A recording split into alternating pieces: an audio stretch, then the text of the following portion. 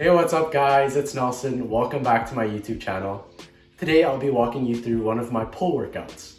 The purpose of this video is not only to show you my pull routine, but to give you guys insight on building your own workouts. I'll be doing this by explaining the exercise order, targeted muscle, rep schemes, and any form-related aspects in each exercise. The pull-ups are going to be our first exercise of this routine, and you might be asking why? Why do we do the pull-ups first?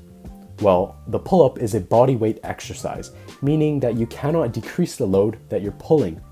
This is why we do it first. With weighted exercises, you have the ability to manipulate the load, whereas in pull-ups, the load is always going to be your body weight. This is especially important for those who cannot perform many pull-ups. For example, if you could only do 5 pull-ups and you leave the pull-ups as your last exercise of the entire routine, you may not even be able to perform one due to fatigue. So always do your pull-ups first. The pull-up activates the back and biceps.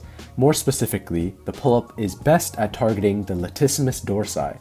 Other pull-up variations like the supinated and neutral grip do not offer as much lat activation. The rep scheme for the pull-ups is going to be 4 sets of 6 reps, which is very similar to the 5x5 regimen, but I do 4 sets and 6 reps instead to prioritize more volume within each set. As for form-related aspects, you want to make sure you're pulling the bar to your chest, you're flexing your core, quads, and calves to avoid swinging. And additionally, if you're unable to do a pull-up and you want to learn how to do so, please check out my previous pull-up video. Next up, we have the Pendley Rose, which honestly can be any sort of row, but I personally choose the Pendley row because of these 4 reasons. Number 1, it beats any other row in gaining overall strength. Number 2, it has good transfer to the deadlift, which is a priority of mine. Number 3, pulling it straight off the ground in a Pendley row makes it harder to cheat a rep. And number 4, your lower back is not flexed the entire time as with something like a bent over row. This rowing exercise will target the muscles of your back, such as the upper lats, mid-traps, and rhomboid. For the rep scheme, I like to go with a classic 3x8 to reduce rest time while also getting sufficient volume. As for your form when performing this exercise, your setup should be very similar to a Romanian deadlift position.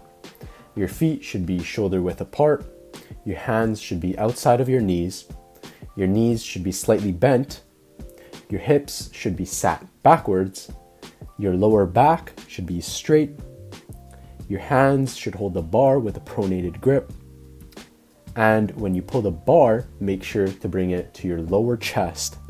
On a side note, don't be afraid to use more weight than you would with a regular barbell row.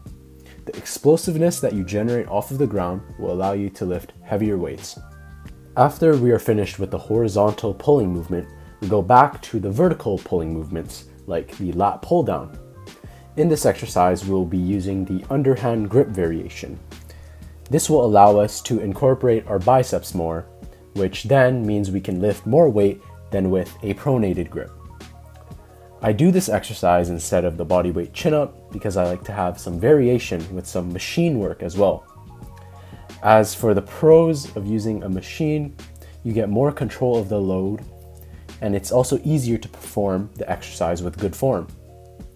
The cons of using a machine are you get lower overall muscle activation, which is actually okay since we already did the pull-ups. As for the reps and sets, we have 3 sets of 8 to 12 reps.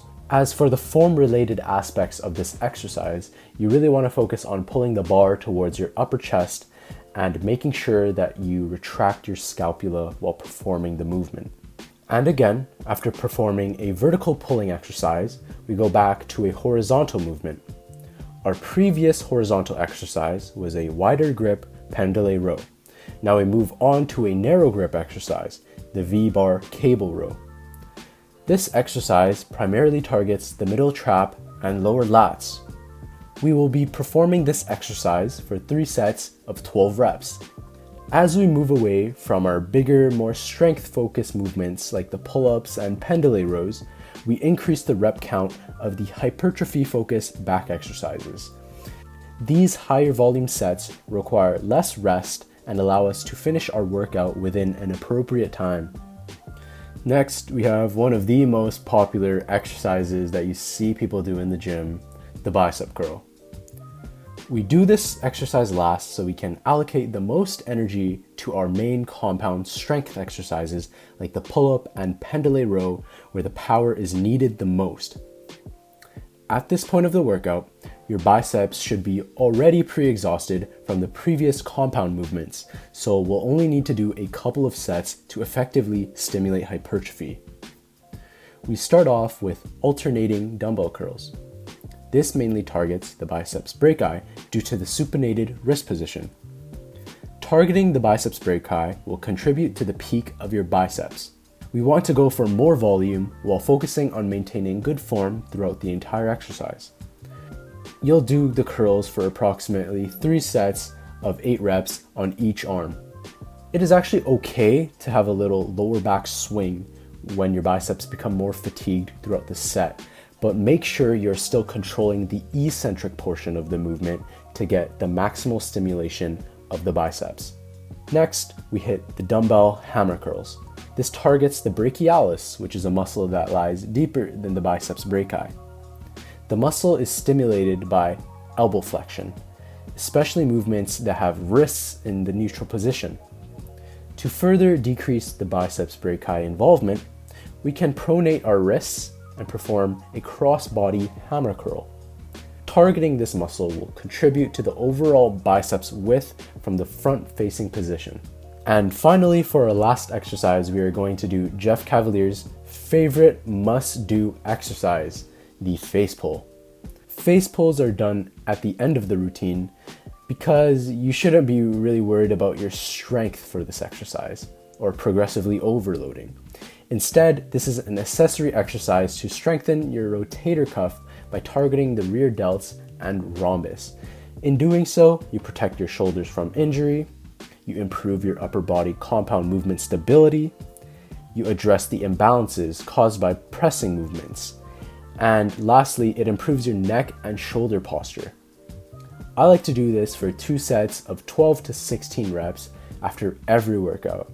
For the form-related aspects of the face pull, I like to use 2 ropes to allow for a greater range of motion. And additionally, make sure you are externally rotating your shoulder when you're pulling the ropes towards your face to generate an adequate contraction. And that's gonna be it for my pull workout. If you enjoyed the video, leave a like. And if you have any suggestions for future video ideas, put that down in the comment section below. And lastly, if you enjoy my fitness content, consider subscribing and turning on post notifications. Thanks so much for watching, guys. Peace.